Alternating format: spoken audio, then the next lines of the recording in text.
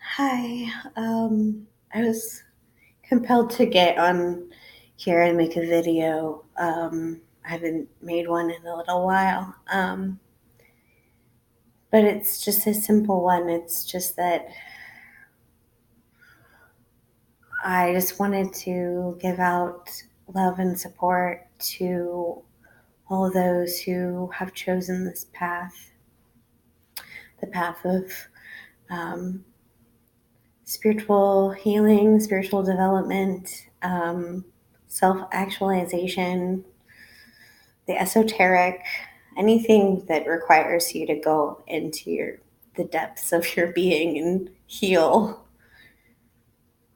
is the spirit the path of the spirit warrior is probably what I want to say. What you do is not for the faint of heart. It is probably one of the most difficult paths. Emotional healing, mental healing, healing your trauma. I mean, once you choose this path, you can't really go back. You just have to keep pushing forward. And it requires tremendous strength and courage. It requires patience, self-love, determination, and a great deal of compassion, which are two very can be two very opposite emotions and actions and thoughts. So being able to balance and harmonize both of those within yourself takes a lot of skill and a lot of patience and a lot of courage.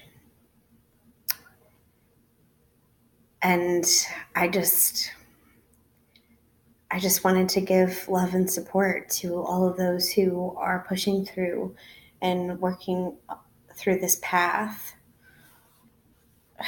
I'm so proud of you. You are amazing. Even if the world doesn't see it, it can be a very silent battle that you can't really communicate with most people. At least anyone that's not really on this path with you might not really fully understand, how amazing you are. Because in my opinion, it is the hardest path that one could take. It requires radical honesty and unconditional self love. And it's really, really difficult. Most people will spend their whole lives never really getting to that point. I mean, that being said, I feel like there are so many people waking up, and that is wonderful and it's super beautiful. But right now, they're, you know, we're, at least from my perspective, up until this point, like this path is pretty isolating. Um,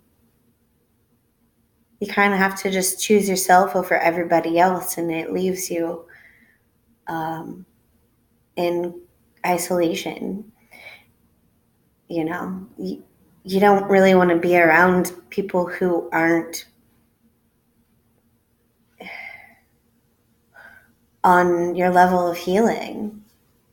Not to say that anyone's better or worse or anything. It's just a mindset. It's just a level of frequency that one gets to. And it is a lot of work. I often find myself saying, like, I've worked too hard to get to this point, to get where I am now, to overcome literally everything that has been thrown my way, to be pulled down by someone else's negativity, someone else who's feeding into the lie. It's just doesn't, you just don't really, you're not really compatible at that point because you're making better decisions for yourself. You're making good decisions for yourself and you're practicing good boundaries. You don't want to be around people who don't practice good boundaries. It's really hard though, because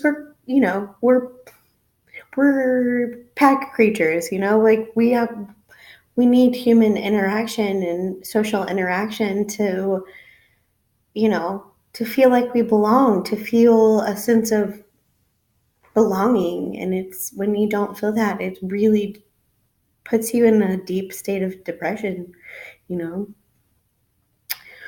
So still choosing this path regardless of how isolating it is, how emotionally painful it is, how hard it is, especially when you may not have a whole lot of support and you're just still pushing forward regardless, takes so much strength. I just have the utmost respect and admiration for people, for all spirit warriors. I love you and I support you and I am so proud of you. You are amazing.